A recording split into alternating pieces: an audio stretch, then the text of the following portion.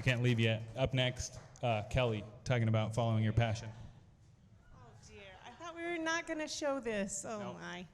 Well, when I was a girl, I never played with Barbies. I played with a cash register, and I was going to have a store. And I was passionate about food and about baking. And I just knew someday I was going to have a store. And my dad retired in the building right behind us. My first job was in the building right over here at a law firm. So I love downtown Mesa. Well, I happened to walk into a cafe, which is what I always wanted, in 2004.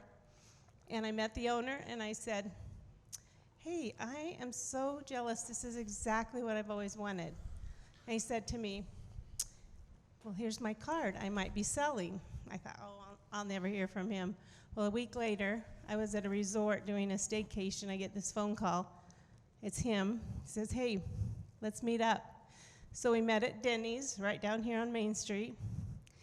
We negotiated, and 6 weeks later, I bought the place. Well, scariest thing, I'm not a risk taker, I'm not a gambler, I'm very conservative, but I knew when I walked around the store, I visualized me behind the counter, and I knew that I could make it. I just knew it. Well, the first 2 years were rough. I went from a high-paying bank job to running this cafe and not paying myself.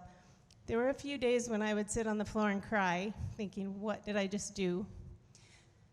Well, that was 2004, and I decided that I would make the best product, and I would make sure my customers knew that I loved them. And I would go out and mingle, and I ate lunch with, I didn't even need a shrink because I had this lady that came every day, and I would just tell her my problems, and she became my best friend.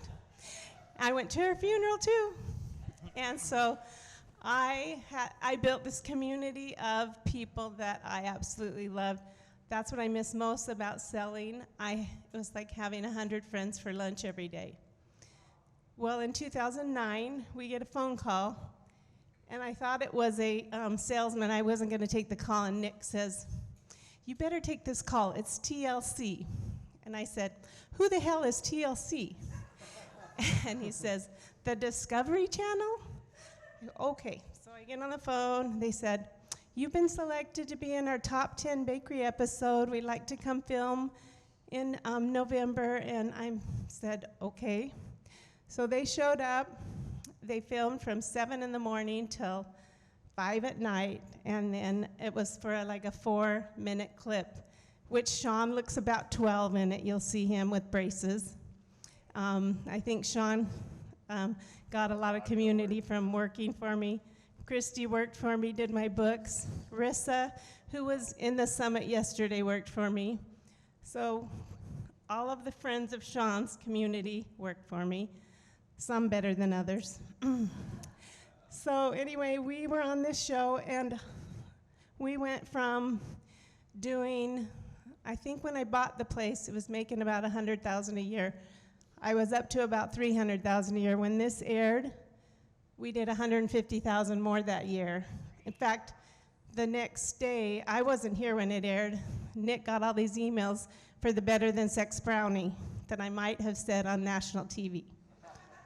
So anyway, so that happened in 2010, and also 2010,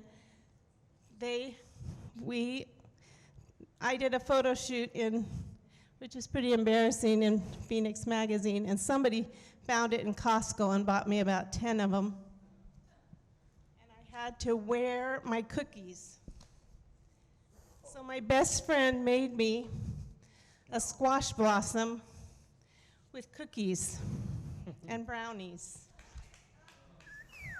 So I wore this, and it was in Phoenix Magazine. So that all happened in 2010, and also Jan Diotri, you probably don't know her, you guys are too young, but she did a radio show and had me on her radio show. So if you have a dream and you visualize it and you're passionate, which I was about my products and my customers, you can make anything happen, because really I am not an entrepreneur, but I guess I was. Thank you.